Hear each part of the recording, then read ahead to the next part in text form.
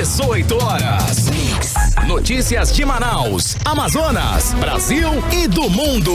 Agora na Mix. Muito bem, 6 horas em ponto em Manaus. Mais uma vez estamos juntos com você. Mais uma vez no melhor Mix do Brasil. Começando mais uma edição do programa 18 horas. A informação, a notícia para você até às 7 da noite. Eu, Carlos Júnior, Ari Guedes aqui nos estúdios e a equipe de jornalismo da Mix FM, a equipe de jornalismo que produz o 18 horas. Estamos juntos com você, Karime Leão. E hoje é sexta-feira, Karime Leão. De novo sexta-feira, Karime.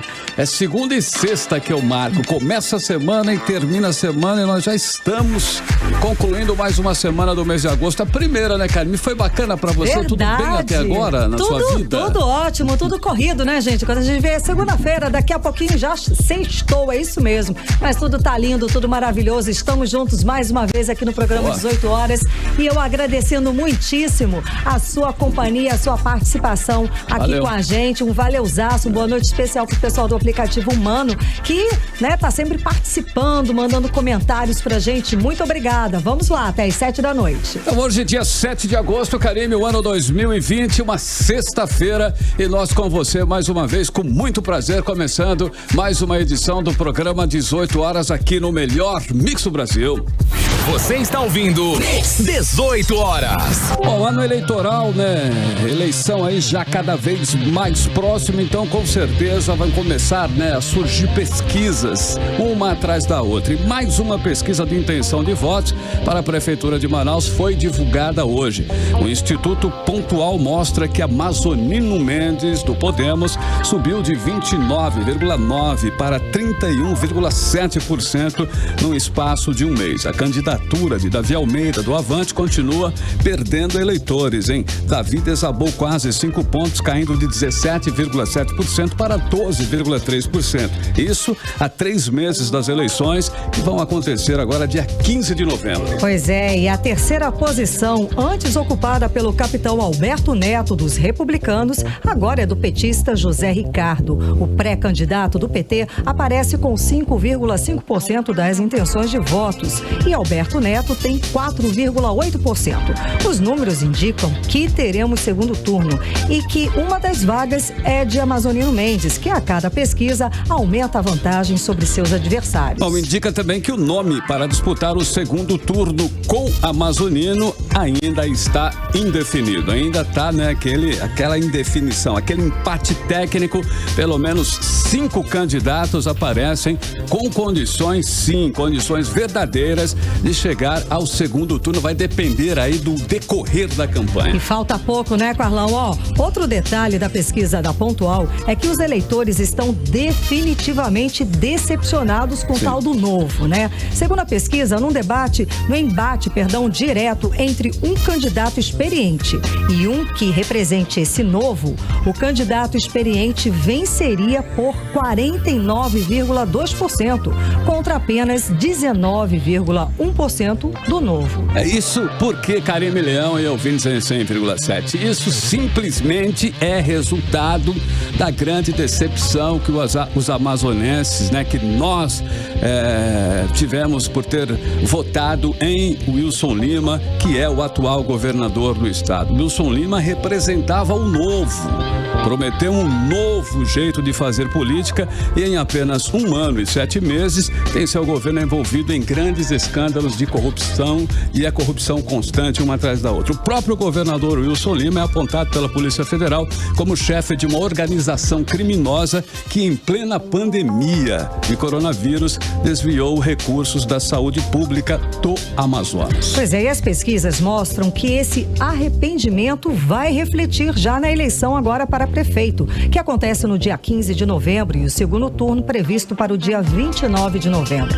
Diante do caos provocado pela inexperiência, pela falta de gestão e pela corrupção desenfreada, O eleitor agora quer alguém que já foi testado, que sabe administrar e tem experiência suficiente para resolver, ou ao menos resolver em parte, os graves problemas do Estado. Bom, candidato é o que não falta, né, para fazer essa observação. Teremos aí entre 14 e 17 candidatos para a Prefeitura de Manaus e opção, né, é o que não vai faltar com certeza para o eleitor. Será uma campanha bem diferente das anteriores, esse é um detalhe muito importante e tudo isso por causa da pandemia vírus, ok? Do coronavírus, a pandemia do coronavírus. 3 pré-candidatos, inclusive, já jogaram a toalha, saíram do jogo. Bosco Saraiva, do Solidariedade, Serafim Correia, que é do PSB, e o delegado Péricles, que é do PSL. É, o delegado Pablo, do PSL, exato. Esse também já jogou a toalha, já desistiu. E as convenções partidárias para as escolhas dos candidatos a prefeito e vereador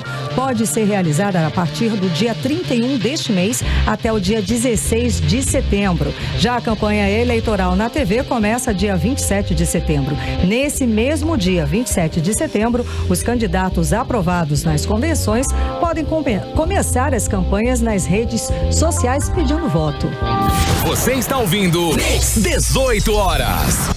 O governador Wilson Lima e o vice Carlos Almeida se livraram do impeachment na Assembleia ontem e para justificar o voto pelo arquivamento, alguns deputados disseram que a denúncia era fraca e sem provas.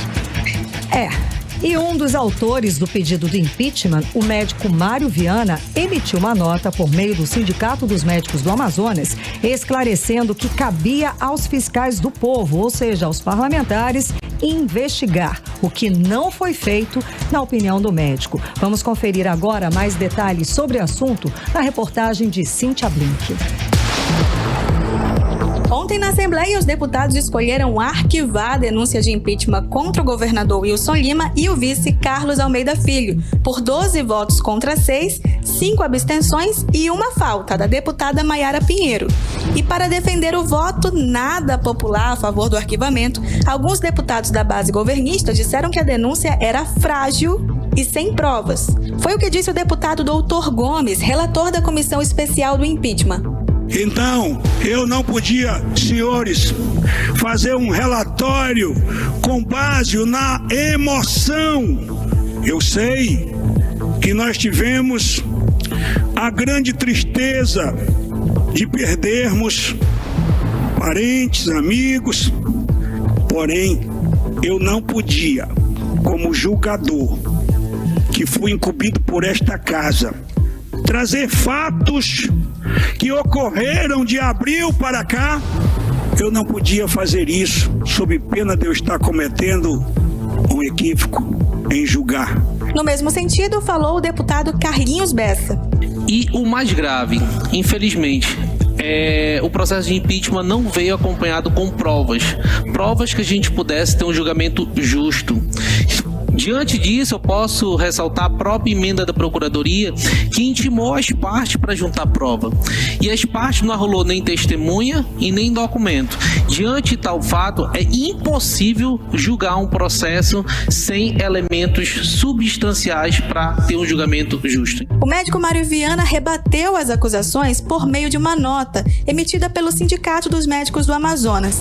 Nela, ele disse que a denúncia tinha elementos muito sólidos e que também são alvo de investigação na CPI da Saúde e foram até comprovados pela comissão. O esclarecimento dos autores também serviu para cobrar os parlamentares da Assembleia Legislativa do Amazonas. Sobre a falta de provas, o médico disse que era papel dos deputados apurar, porque, segundo ele, apenas os deputados têm autoridade para investigar e coletar provas. A nota também faz um alerta para o povo do Amazonas, a quem cabe avaliar as atitudes dos deputados nesse período do impeachment. Quanto a esse ponto, aparentemente a sociedade entendeu o recado. Pelo menos na web, os memes e críticas deixaram bem clara a insatisfação dos internautas com a decisão da maioria dos parlamentares. No Twitter, logo depois da votação, o arquivamento do impeachment contra o governador Wilson Lima e o vice Carlos Almeida Filho ficou entre os assuntos mais falados do Amazonas, enquanto posts indignados com o resultado da votação preenchiam a rede social, com frases como: "A raiva que dá a saber dessa notícia notícia. Essa é uma verdadeira traição ao povo do Amazonas. E bora lembrar o nome desses parlamentares que votaram pelo arquivamento. Ainda há 6 pedidos de impeachment na Assembleia, que podem ser aceitos pelo presidente da Casa Legislativa, deputado Josué Neto, a qualquer momento. Cíntia Blink, para o 18 horas. Pois é, né? Vamos lembrar aqui o nome dos deputados que votaram para livrar o governador e o vice do processo de impeachment. Foram os deputados Belarmindo Lins, o Belão, Dr. Gomes, o relator do processo, que sugeriu até o arquivamento aí do processo. Além dos deputados Abdala Frache, fiel escudeiro de Davi Almeida, Alessandra Campelo, Augusto Ferraz, Cabo Maciel, Carlinhos Bessa, Joana Dark, a líder do governo na Assembleia.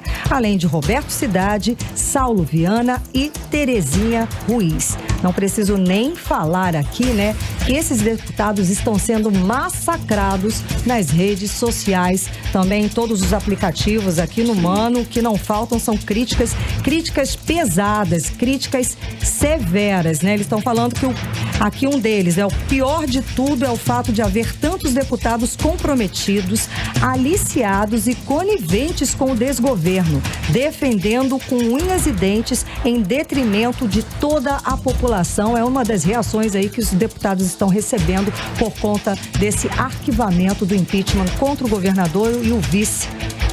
Karime, não é para menos, né? Isso daí com certeza tem um interesse pessoal, né, nesses deputados, e eles estão aí, né, se posicionando, né, a favor do governador e estão com certeza traindo, né, o eleitor, né, que está aí realmente revoltado. Lembrando também que a abstenção é uma omissão, ou seja, não tiveram nem a coragem de expor o seu voto. Isso também é omissão, é complicado. E essa omissão também deve pesar, né, sobre esses deputados, que é o Fausto Júnior, o Felipe Souza, o Sinésio Campos e o Ricardo Nicolau. A deputada Maiara Pinheiro, ela não compareceu na votação. Carlão, todos ignoraram as investigações da Procuradoria-Geral da República e da Polícia Federal. É o fato, né? A verdade é essa, né? E essas investigações que apontam o quê? O governador Wilson Lima como comandante da organização criminosa que roubou recursos da saúde pública. Ignoraram também, Karime e ouvintes em 100,7, o fato que o governador Wilson Lima está com os seus bens bloqueados justamente por estar envolvido, segundo a Polícia Federal, nos esquemas de corrupção. Foram páginas e mais páginas de denúncias gravíssimas contra o governo de Wilson Lima, que inclui a responsabilidade por todas as mortes de Covid-19 registrada aqui no Amazonas.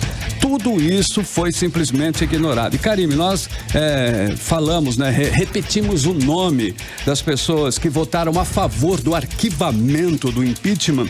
Nós devemos repetir também o nome dos deputados que foram a favor do impeachment, o não arquivamento do impeachment, ou seja, a verificação das denúncias para que pudesse haver o processo de impeachment. Foram eles o Péricles, o Demilson Chagas, o Wilker Barreto, o Álvaro Campelo, o Josué Neto e Serafim Correia foram favoráveis ao processo de impeachment.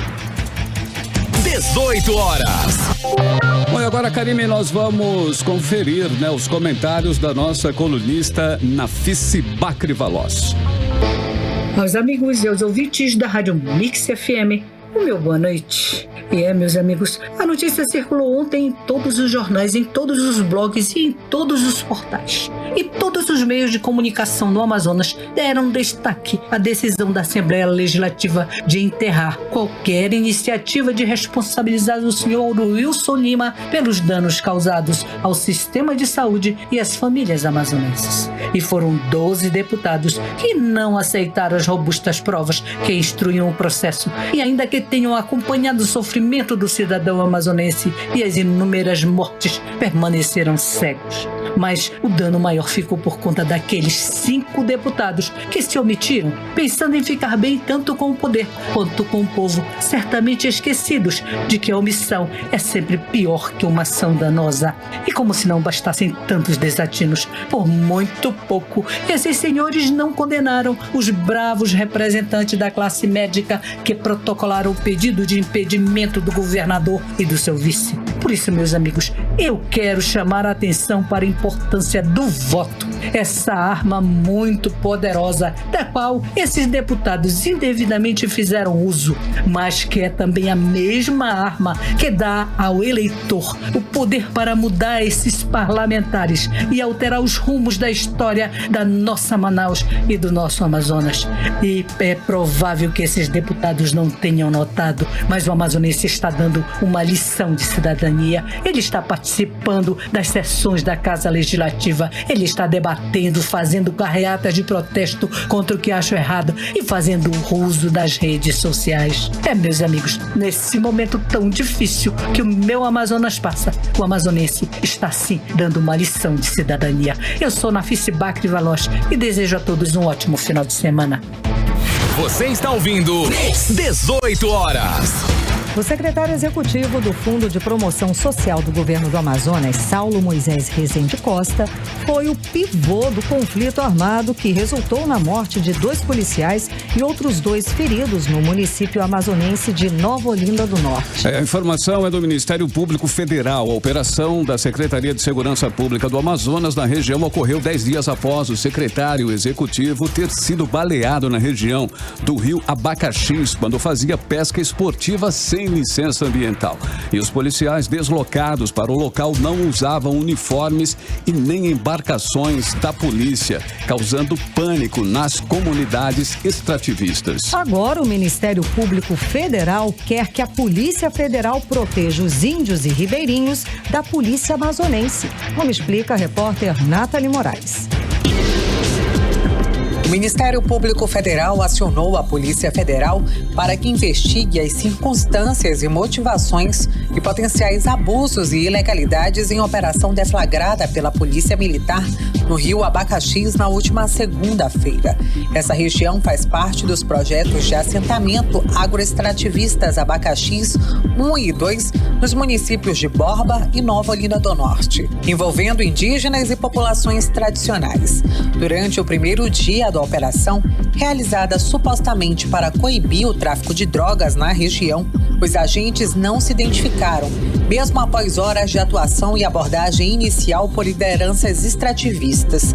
Nesta abordagem de monitoramento pelas lideranças, que aconteceu no último dia 3 de agosto pela manhã, foi informado ao Ministério Público Federal que nenhum dos presentes usava farda ou uniforme policial. Os policiais faziam uso de uma embarcação particular, a mesma que motivou nos dias 23 e 24 de julho um conflito grave com os comunitários por conta do uso do rio Abacaxis para pesca esportiva sem licença ambiental, que acabou aí culminando em um suposto atentado contra um dos tripulantes, o secretário executivo de Estado do governo, Saulo Rezende. Os agentes policiais das abordagens nos dias que seguiram chegaram a informar a alguns moradores que estavam no local em busca do possível autor do disparo contra o secretário.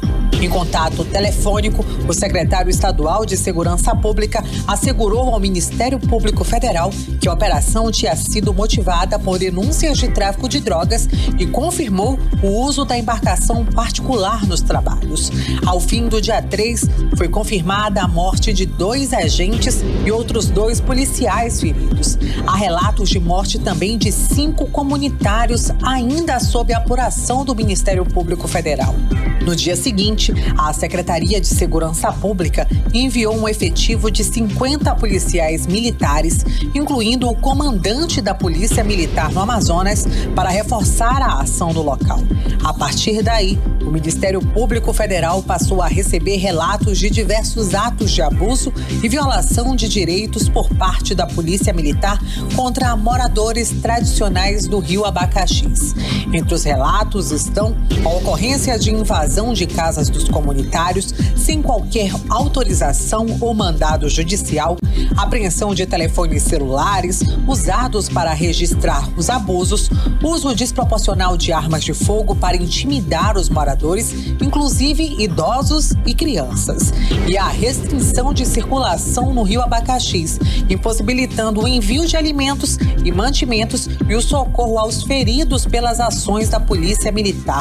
Houve ainda o relato de uma condução ilegal e tortura contra a liderança da Associação Nova Esperança do Rio Abacaxis, representativa dos ribeirinhos e assentados extrativistas do local. Os líderes indígenas estão pedindo socorro na comunidade. Isso foi uma coisa tão cruel que fizeram com o meu pessoal, que eles estão vindo a receber o dinheiro deles. São pessoas inocentes, eles não tinham nada a ver com tráfico. E outra coisa, eles não eram bandidos e a gente quer justiça. Eu, como liderança, eu quero justiça. Porque isso não se faz, que nós somos ser humano, nós somos indígenas, mas nós não somos um bicho e nem animal pra gente morrer desse jeito. Em ação de tutela cautelar antecedente apresentada à Justiça Federal ontem, o Ministério Público Federal pede que seja garantida a livre circulação no Rio Abacaxis para indígenas, ribeirinhos e demais moradores da região, além do acesso de prestadores de serviços essenciais enquanto durarem as atividades ostensivas e de fiscalização deflagradas pela Secretaria de Segurança Pública no município. Nathalie Moraes para o 18 horas. Você está ouvindo 18 horas. Também o médico e empresário, o Mohamed Mustafa, preso preventivamente na Operação Maus Caminhos, agora responde em liberdade provisória. Ele está livre, mas tem uma série de regras para cumprir. Bom, nas redes sociais a decisão causou, é claro, polêmica, porque o ministro Nefi Cordeiro, que decidiu tirar da cadeia Mustafa, apontado pelo Ministério Público Federal como chefe de um esquema criminoso que desviou mais de 104 milhões de reais da Secretaria de Saúde do Amazonas em 2017. Pois é, essa mesma pessoa, esse mesmo ministro, negou o pedido de liberdade de uma mulher que roubou peito de frango e ovos de Páscoa. Vamos conferir os detalhes dessa história agora na reportagem de Cíntia Blink. Preso há 1 ano e 8 meses na Operação Maus Caminhos, Mohamed Mustafa ganhou liberdade provisória nesta sexta-feira, por decisão do ministro Nefi Cordeiro, do Superior Tribunal de Justiça. Nas redes sociais, essa decisão do ministro foi criticada. Isso porque em 2017 ele foi parar nos jornais depois de negar o pedido de liberdade para uma mulher que roubou peito de frango e ovos de Páscoa. Agora, Nefi Cordeiro abre as portas da cadeia para um homem que é apontado pelo Ministério Público Federal como chefe de um esquema criminoso que desviou mais de 104 milhões de reais da Secretaria de Saúde do Amazonas em 2018, no governo de José Mello. A prisão preventiva foi decretada pela juíza Ana Paula Serizawa, da 4ª Vara Federal do Amazonas, em 2 sentenças condenatórias por desvio de dinheiro público. Agora, Mohamed Mustafa responde em liberdade, mas precisa obedecer a algumas regras ou volta para a cadeia. Entre as regras estão monitoramento por tornozeleira eletrônica, comparecer à Justiça Federal quando for solicitado, ele é proibido de manter contato com outros réus da Operação Maus Caminhos e testemunhas dos desdobramentos. Proibido de sair de Manaus sem autorização prévia, deverá ficar em casa no período das 18 às 6 horas. Proibido de contratar com o poder público e proibido de se ausentar do Brasil. O médico está, por enquanto, fora da prisão, mas já foi condenado por 11 ações penais que somam 119 anos de prisão por crimes de peculato, que é o desvio de dinheiro público, e por integrar uma organização criminosa. Mustafa também responde a 47 ações penais, oriundas da investigação Maus Caminhos. Cíntia Blink para o 18 horas. 18 horas. Tudo bem, 6 horas 23 minutos em Manaus, Karime Leão. E hoje é sexta-feira, né, Karime? Tá tudo certo, tá tudo bacana. Estamos aí já nos preparando para mais um final de semana. Nós vamos começando agora a primeira da playlist do 18 horas de hoje. Olha só, no ano passado, a DJ Cha anunciou o segundo EP da carreira, que é intitulado Moonlight, e lançou o single Moon. Então vamos conferir, essa música, da DJ Cha. Vamos conferir Moon. Playlist 18 horas. Você está ouvindo 18 horas. Também 6 horas 28 minutos em Manaus, a primeira da playlist. Você conferiu a DJ Cha e a música Moon em 100,7. Mix. Foi, o Claurão voltou, Voltou e voltou pesado. Será que essa noite vai ter aí uma chuvinha para dar uma aliviada? Carimilhão, como vai ficar o tempo para essa noite? Previsão do tempo. Carlão, de acordo com informações aqui do Clima Tempo, deve chover sim pouquinho durante a noite e a madrugada. A mínima prevista é de 23 graus e a máxima não deve passar dos 34 graus. As chances de chuva são de 80% e a umidade relativa do ar pode chegar a 67%. 6h29. Mix. Olha, o governo do Amazonas continua anunciando o retorno das aulas presenciais em Manaus, mas os sindicatos dos professores, pedagogos e outros trabalhadores da área de educação decidiram que não voltam ao trabalho presencial na segunda-feira, dia 10. Pois é, e no meio desta guerra entre sindicatos e governo do estado, o que os pais devem fazer na segunda-feira? Mandam ou não mandam os filhos para a escola? Vamos saber sobre isso agora na reportagem de Odiné Araújo. Essa semana, a polêmica do retorno das aulas presenciais na rede estadual de Manaus foi mais intensa. Teve pedido de apoio à Igreja Católica, que se pronunciou através de carta do arcebispo contra o retorno dos alunos, deflagração de greve dos professores contra as aulas presenciais e ação na Justiça do Amazonas, pedindo a permanência das aulas online. O cientista Lucas Ferrante, doutorando do INPA, que hoje teve um artigo publicado em uma revista científica internacional, garante que não é seguro voltar agora em meio à pandemia do coronavírus. Esse artigo da Nature Medicine, ele mostra que nós já estamos começando no segundo pico aqui na Amazônia. A volta às aulas vai intensificar esse segundo pico e aumentar a pandemia, fazendo a gente retroceder tudo que a gente chegou até aqui nesse momento. De acordo com o Jornal Nacional de ontem, o Amazonas, que vinha mantendo o número de redução na média diária de mortes, passou ao grupo de estabilidade, ou seja, a média diária de mortes não teve uma alta ou uma queda expressiva. O cientista lembra ainda que para chegar às escolas, os alunos vão usar transporte público, onde o risco de contaminação é muito grande. Um argumento que o governo tem defendido é que não houve muitos casos de coronavírus com a volta das escolas particulares, mas não dá para se comparar esses dois tipos de alunos. Os alunos de escola particular vão de carro para as aulas e os alunos de escola pública vão ter que enfrentar transportes lotados. A gente já sabe que o coronavírus mata muito mais classes sociais mais vulneráveis. O coronavírus, ele afeta muito mais a população pobre. As presidentes do Sinteam, Ana Cristina Rodrigues, e da Aspron Sindical, Elma Sampaio, reforçam que os trabalhadores não voltam na segunda-feira. Vivemos com um inimigo perigoso e invisível. Não sabemos como ele vai se comportar em um momento de maior aglomeração. Portanto, pais, tenham cautela. Junte-se a nós. Vamos lutar pela vida. Nós, professores, estamos totalmente preocupados com este retorno às aulas presenciais, por isso estamos instalando uma greve na segunda-feira, se o governo não recuar. No meio dessa guerra entre sindicatos e o governo, o que os pais devem fazer então na segunda-feira?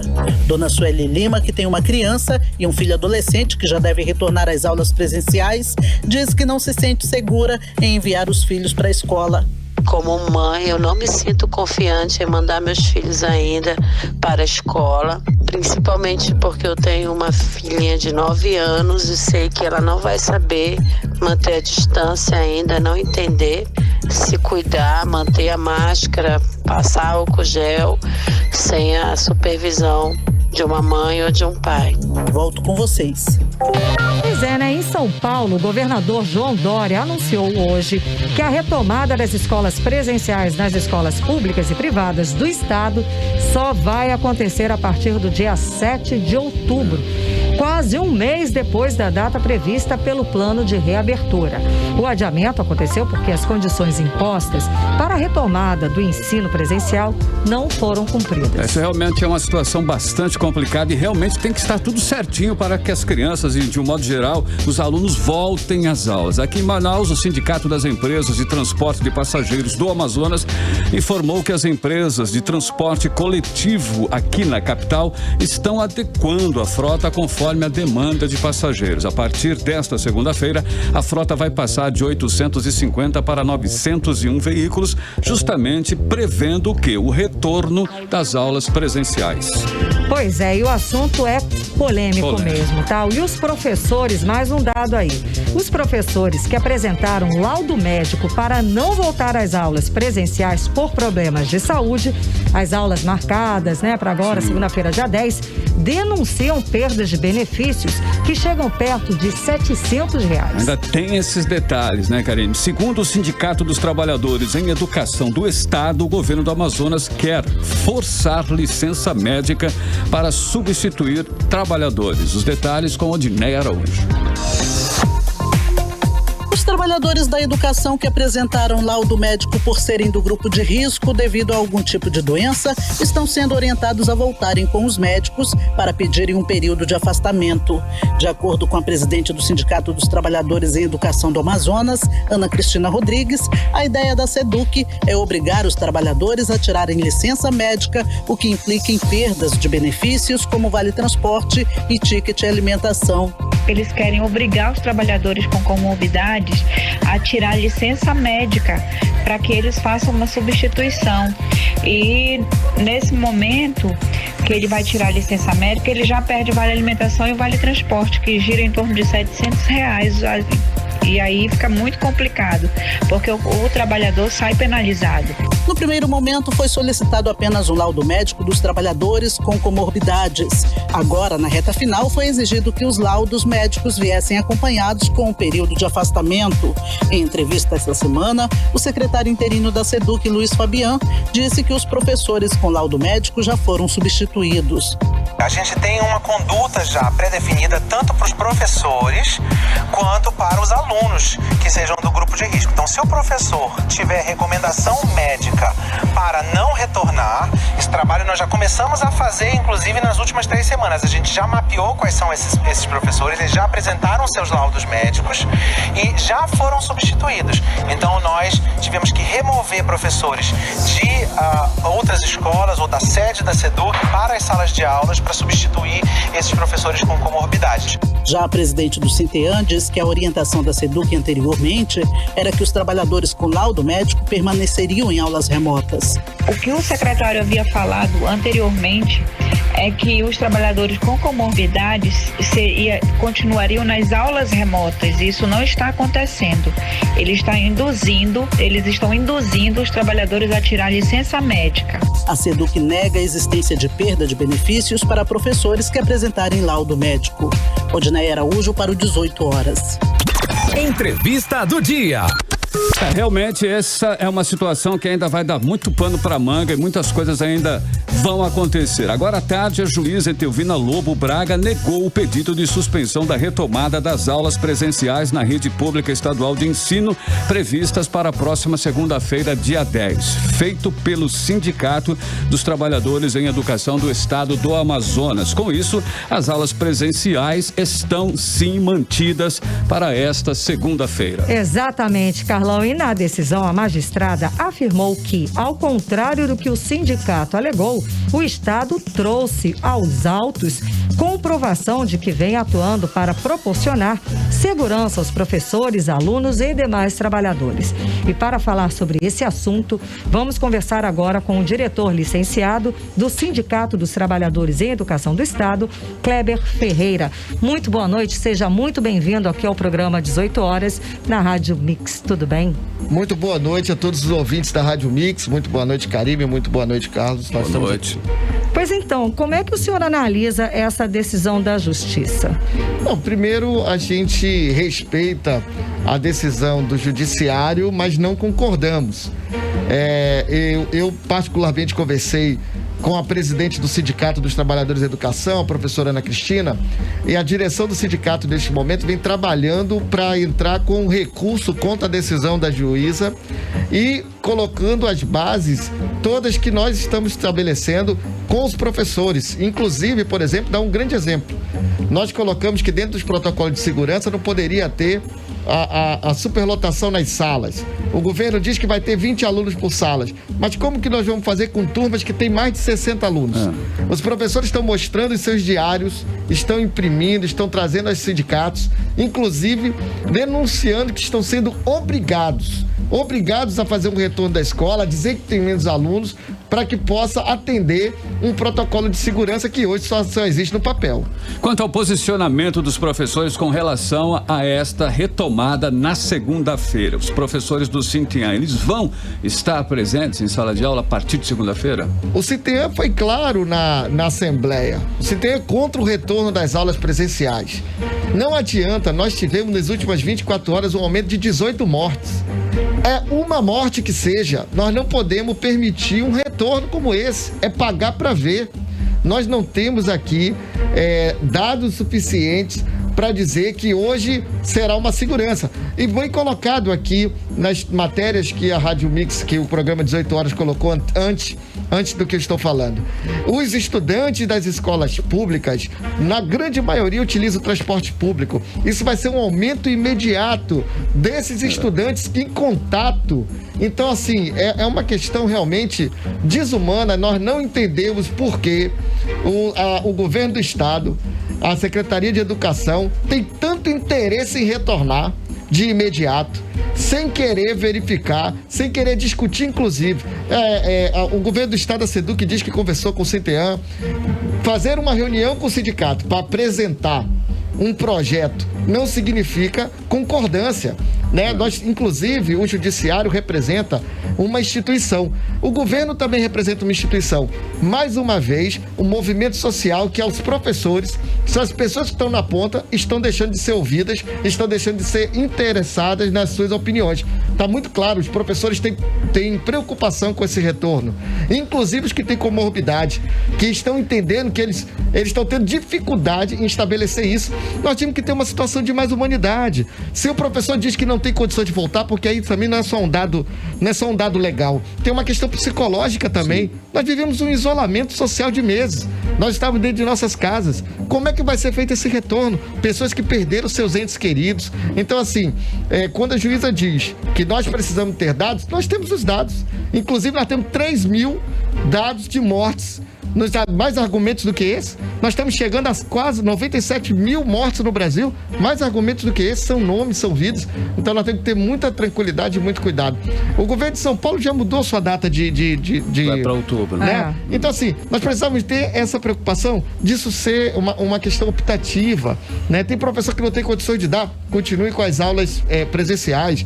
Os pais, por exemplo, nós precisamos que os pais se coloquem nesse momento. A gente ouve, muitos estão ligando, muitos ligam para o sindicato, eu particularmente nas minhas redes sociais vejo isso. A grande maioria da população é contra essas medidas, mas parece que o governo fica mudo, fica surdo, não ouve esse clamor da sociedade. Professor, quais são assim, as principais preocupações desses professores nessa volta às aulas? A lotação das salas é a primeira delas. A gente sabe que a rede tem salas lotadas, nunca respeitou uma lei estadual de limite do número de alunos por sala de aula. E não vai ser agora, nesse momento, que nós vamos acreditar que o Estado vai respeitar a sua própria regra. Qual é o limite? 35 alunos por sala. No maior número. Nunca respeitou isso. Então, assim, nós temos muita dificuldade. Os professores que estão em sala de aula sabem muito bem disso, do que eu estou falando. Como é que já é difícil você garantir a qualidade das suas aulas com 60 alunos numa sala? É impossível, na verdade. E outra, não atende o próprio protocolo de segurança que eles estão dizendo. Porque se você divide por 2, você não tem 20. Né? Isso é uma questão matemática. Senhor Kleber, essa questão do retorno às aulas, ela não está só na criança na sala de aula, né? Tem todo um processo que faz com que essa criança, esse professor, ele vá se contaminando possivelmente ao longo do caminho. A questão não é só essa. Agora, o governo diz que as escolas, elas estão adaptadas nessa questão aí das escolas obedecendo às recomendações sanitárias. Você já falou aí algumas vezes que não estão. Isso procede procede ou não procede essa afirmativa do governo durante esse processo todo aí? Eu não sei em que mundo vive o governo do estado do Amazonas. Às vezes a gente se pergunta se nós estamos no mesmo estado. Porque as escolas, está muito claro, tem escolas que têm condições de ter estrutura, é a grande minoria. As escolas alugadas, por exemplo, não tem estrutura nenhuma. Nós temos um problema de infraestrutura das escolas de décadas, que nós não vamos resolver em 3 meses. Então nós precisamos ter muita cautela com esse retorno. Tem escola que não tem, como nós estamos numa região muito quente, e ninguém pediu uma pandemia, ninguém esperava isso, o ar-condicionado é um negócio natural. E as salas, para poder conter custos, são um caixote. Elas são fechadas para que o próprio ar-condicionado pudesse ser. Render hoje, mais, né? Render. Hoje isso pesa contra a gente, contra esse retorno. Totalmente. E aí você vê você vê os sets nas propagandas, mas eu faço um desafio. Vamos lá. Inclusive a presidente do CITEAN, nesses últimos dias, estava visitando escolas menores, estava colocando inclusive isso. Aí na peça da juíza ela diz, não, tem quatro pias. Eu digo, tá, vamos visitar junto. Eu faço essa questão, vamos para junto das escolas que nós vamos mostrar que não tem. Não tem. Então, assim, as medidas que o governo está tomando são necessárias? São necessárias para retornar de forma imediata? Não. Essa que é a questão. Ainda tem que ter mais. Entendeu? Nós precisamos de tempo, precisamos de medida, precisamos verificar se volta um número menor, se vai ter. Agora a gente tem uma preocupação. Essa pressão que está tendo de retorno, aí como bem colocou a opinião na matéria, que é a diferença entre aluno da rede privada que vai de carro, que o pai vai deixar na porta da escola e vai pegar, com os alunos da rede pública que vão fazer esse trajeto inteiro. Um trajeto longo. Com riscos. 3, 4 condições.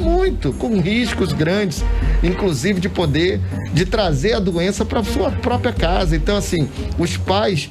É por isso que nós estamos dizendo que vocês fizeram uma matéria anterior dizendo que da pesquisa das eleições e que o povo não acredita numa possibilidade não, que alguém experiente, porque parece que esses novos não ouvem, né?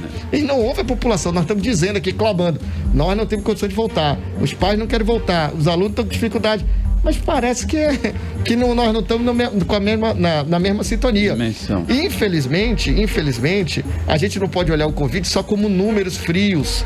Porque se a gente olhar o Covid como números frios, você vai dizer assim, não, tudo bem, chegamos na média, podemos voltar. Não é assim que funciona. A gente tem que olhar os números também, mas ter uma opinião também do sentimento desse professor, da questão psicológica, das questões estruturais. Nós vivemos num país com desigualdades sociais terríveis, com alunos que não têm condições. Então, nós precisamos continuar, inclusive, com os programas de alimentação escolar na casa do aluno. Esse ano de 2020, nós temos que entender como um ano que não vai acabar. 2020 não vai acabar, Carlos. Não vai acabar, cara. 2020 vai continuar em 2021. E é essa a minha próxima questão. Agora são 6h45. Estamos conversando com o diretor licenciado do Sindicato dos Trabalhadores em Educação do Estado, Kleber Ferreira. Todas essas medidas e com isso tudo, o ano letivo está comprometido? Com certeza nós vamos ter prejuízos, a gente sabe disso. Né? Ninguém pediu para ter uma Covid, então nós temos que entender 2020 como um ano de muita resistência de todo mundo. Nós vamos precisar nos próximos anos, o professor, os alunos, os pais, as redes de educação vão precisar entender 2021 como um ano de recuperação, não só de conteúdos e de dias letivos, não. É de recuperação da estima, da vida, né? A gente precisa, enquanto nós não tivermos uma vacina, sempre vai correr o risco, o medo. Nós ainda estamos numa pandemia, né? Claro, é bom lembrar, né? Que os números diminuíram um pouco e tal, mas ainda estamos numa pandemia, não há vacina. Não há. E não há, assim, um tratamento que seja padrão para essa doença. Eu peguei o Covid em abril. Já fiz 2 testes positivos que dizem que eu tenho anticorpos. Ontem mesmo as próprias entidades de pesquisa disseram que a tendência é o anticorpo diminuindo e você vai poder pegar de novo. Enquanto não tiver vacina, nós vamos ter que enfrentar um inimigo perigoso, invisível, a gente não sabe. E que a gente não conhece, os cientistas não conhecem ainda. Não sabe qual vai ser, inclusive, as consequências para quem pegou.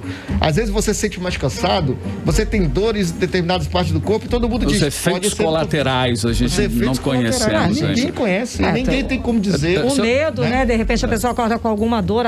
Será que eu já estou com Covid? Né? Esses professores, lógico, todos nós estamos passando. Senhor Kleber, e no interior, as aulas presenciais, elas continuam suspensas, né? Como essa visão do interior? Não, o interior está bem mais complicado, né? Porque o interior tá na crescente. Né? O interior do estado tem crescido os números de casos. O interior do estado tem mais dificuldades, inclusive estruturais. Né? Até pouco tempo não tinha uma UTI no interior, né? Para atendimento do Covid. Né? Então, assim, a pandemia nos colocou em decisões muito complicadas. É impossível fazer o retorno presencial num momento como esse. E mesmo o ensino remoto no interior tem dificuldades, porque a gente sabe que a internet no nosso estado é muito ruim. E os professores têm que tomar uma série de atitudes, usando o WhatsApp, deixando apostilas com grupos que estão repassando para os outros, para que a gente possa alcançar esses alunos e para que eles não tenham perdas, né? Porque a gente tem que entender também que o objetivo maior é que o aluno também não tenha perdas na possibilidade do seu estudo. Agora, 2020 não é um ano normal, nem vamos voltar, nem vai ser um novo normal. Nós vamos ter que entender 2020 como uma passagem que arcar com os prejuízos de 2020 agora, recuperar em 2021. Professor, para finalizar, segunda-feira as aulas voltam ou não? Para o Sintean não, para mim não e para os professores também não. Pronto. Professores e trabalhadores de educação, porque nós temos também os secretários, os vigias, merendeiros, todos vão ter contato direto que tem que colocar. Greve? Então, tem alguma coisa relacionada? Não, né? Com greve, assim, alguma coisa? Essa questão é o seguinte, o Sintean diz de não retornar. Nós temos uma preocupação da CNTE, inclusive muito grande, com essa questão do termo da greve, né? Porque a gente sabe que greve é parar tudo, e isso não é a vontade dos professores, né? Os professores estão com vontade de que não retorne o presencial, mas que continue a atividade remota. Isso é bem diferente de greve, por isso que nós não entramos numa situação assim, de fazer um termo com esse, criar uma grande confusão na cabeça da categoria, de dizer, não, nós vamos entrar em greve, mas nós vamos parar tudo, e acabar não tendo a sociedade ao nosso lado num momento como esse. Certo. Muito obrigada pela sua presença hoje aqui no programa 18 Horas. Eu que agradeço. Conversamos com o presidente licenciado do Sindicato dos Trabalhadores em Educação do Estado, Kleber Ferreira. Muito obrigada. Muito obrigado a todos que estão nos ouvindo. Obrigado, Carlos. Obrigado, Karime. Eu que agradeço pelo convite. Estamos sempre à disposição. Uma ótima noite. Obrigado, boa noite. 6h49 e você está no melhor mix do Brasil. 18 horas. Segunda da playlist de hoje, em Vitória Monet se uniu ao DJ Khaled e também ao cantor S.D. Lewis para ficar aí, né? Fazer um clima de alegria e também de tristeza e misturando na música Experience. E como será que ficou, não é? Vamos conferir então a segunda da playlist de hoje aqui do 18 Horas. Vamos de Experience. Playlist 18 horas. Você está ouvindo 18 horas.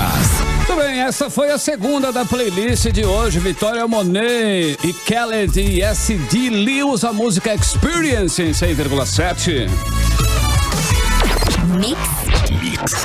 Bom, o Tribunal de Contas do Estado determina suspensão do Festival Folclórico de Parintins por meio de medida cautelar assinada hoje, sexta-feira. O conselheiro do Tribunal de Contas do Amazonas e relator das contas de Parintins, o Júlio Pinheiro, determinou a suspensão do Festival Folclórico previsto para acontecer em novembro agora desse ano. Pois é, Carlão, e para embasar a decisão monocrática, o relator consultou órgãos de saúde para uma análise técnica do caso, os quais se mostraram contrários à realização do Festival de Parintins, que tradicionalmente é realizado no último final de semana de junho e que foi transferido para os dias 6, 7 e 8 de novembro, mas agora terá que ser cancelado por ordem do Tribunal de Contas do Estado. Bom, muito mais do que sensata esta decisão, né? Afinal, ainda estamos no meio da pandemia aí e ainda não existe vacina contra a Covid, então é complicado você juntar um número bem grande, 60 mil pessoas, por exemplo. Nem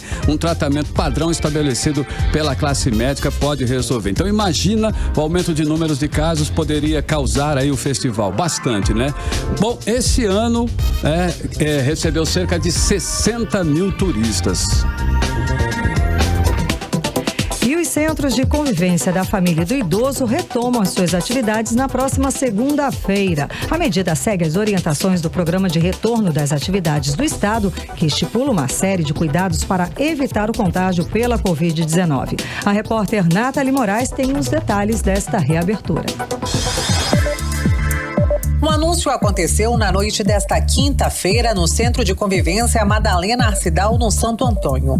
Durante o evento, os servidores de 7 centros de convivência receberam capacitação sobre a prevenção à Covid-19. Os idosos terão uma atenção toda especial no retorno das atividades, segundo a titular da Secretaria de Estado de Assistência Social, Maricília Costa. Para que nós cuidássemos, né, dessa população, né, oferecendo para eles o kit de higiene, principalmente isso, né, e o cuidado deles gradativamente.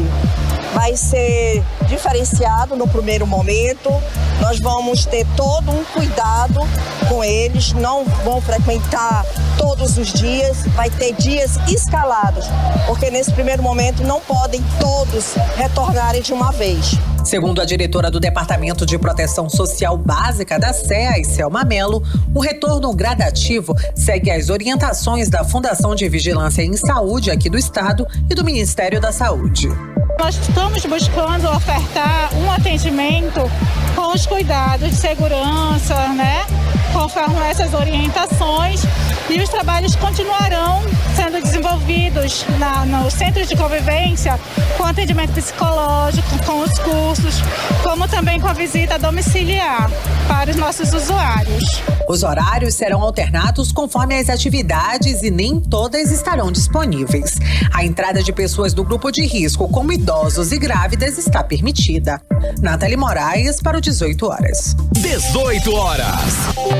E a Justiça determina que a Polícia Federal adote medidas para proteger indígenas e ribeirinhos em Nova Olinda do Norte, após relatos de abusos e ilegalidades. A decisão liminar também ordena que o Estado do Amazonas não impeça a circulação dos povos indígenas e ribeirinhos na região, que faz parte de projeto de assentamento agroextrativistas do INCRA. A Justiça Federal determinou, em decisão liminar, que a União, por intermédio da Polícia Federal, adote as medidas cabíveis para a proteção dos indígenas e populações tradicionais do município de Nova Olinda do Norte e região, considerando as fronteiras com Borba e Maués, com envio efetivo à região em razão dos potenciais abusos e ilegalidades relatados pelos comunitários que habitam o local, em operação deflagrada pela Secretaria de Estado de Segurança Pública no Rio Abacaxis na última segunda-feira. A decisão foi proferida após ação ajuizada pelo Ministério Público Federal. Agora são 6 horas e 58 minutos. 18 horas. Também vamos agora atualizar os números da Covid-19 no Amazonas e no Brasil, hein? Com Karime Leão. E a Fundação de Vigilância em Saúde do Amazonas divulgou o balanço da Covid-19 nesta sexta-feira. Foram confirmados mais 803 casos da doença no Amazonas. E nesta edição do boletim, subiu aí também para o total de 105.857 o número de casos confirmados no Amazonas, nesse boletim divulgado hoje, sexta-feira. Destes, 37.218 são de Manaus, o que representa 35,16%, e 68.639, repito, 68.639 do interior do estado, que representa 64,84%. Foram confirmadas mais 10 mortes pela doença, 4 ocorridas nas últimas 24 horas, elevando para 3.345 o total de mortes em todo o estado. O boletim aponta ainda que 12.861 pessoas com o diagnóstico de Covid-19 estão sendo acompanhadas, ou seja, são casos confirmados nos últimos 14 dias e que se encontram internados ou em isolamento domiciliar. Agora, os números da Covid-19 no Brasil, nesse dia 7 de agosto, segundo o consórcio de veículos de imprensa. O país conta hoje com 98.844 mortes registradas de Covid-19 e somam também 2.927.807 diagnósticos positivos para o novo coronavírus em todo o país. Agora, 6 horas e 59 minutos, seguimos direto para o editorial 18 horas. Editorial 18 horas. Essa foi a semana em que alguns parlamentares preferiram ficar do lado de um governante do que do lado do povo. Não porque arquivaram um processo de impeachment, não por sequer terem investigado as denúncias, por sequer aceitarem a possibilidade de que há fortes indícios de corrupção no governo. Foi uma semana que vai entrar para a história como a semana da decepção da sociedade com uma parte de seus representantes no parlamento. Semana que vai ficar marcada por parlamentares suspeitos, incluídos numa lista em que o governador escreveu 5%, decidiram salvar o próprio governador. Vamos ver no futuro próximo com quem estes deputados que se recusaram a investigar as denúncias de corrupção estarão nas próximas eleições, pois eles estarão juntos de um jeito ou de outro. E os eleitores vão acabar sabendo quem é quem na política do Amazonas. E não vai demorar muito tempo. 18 horas. 7-1, Karime Leão, finalizando, hein? Mais uma edição do 18 horas, finalizando também mais uma semana, né? Aqui em 100,7. Vamos agora pegar um final de semana aí bacana pela frente, sabadão, domingão. É isso, né? Aí, Carlão. E pra você, muito obrigada pela sua companhia, gente. Um beijo e até segunda. Bacana, 7-1, continue bem, continue em 100,7 aqui no melhor mix do Brasil. Na segunda, estamos de volta com você a partir das 6 da tarde. Você ouviu 18 horas.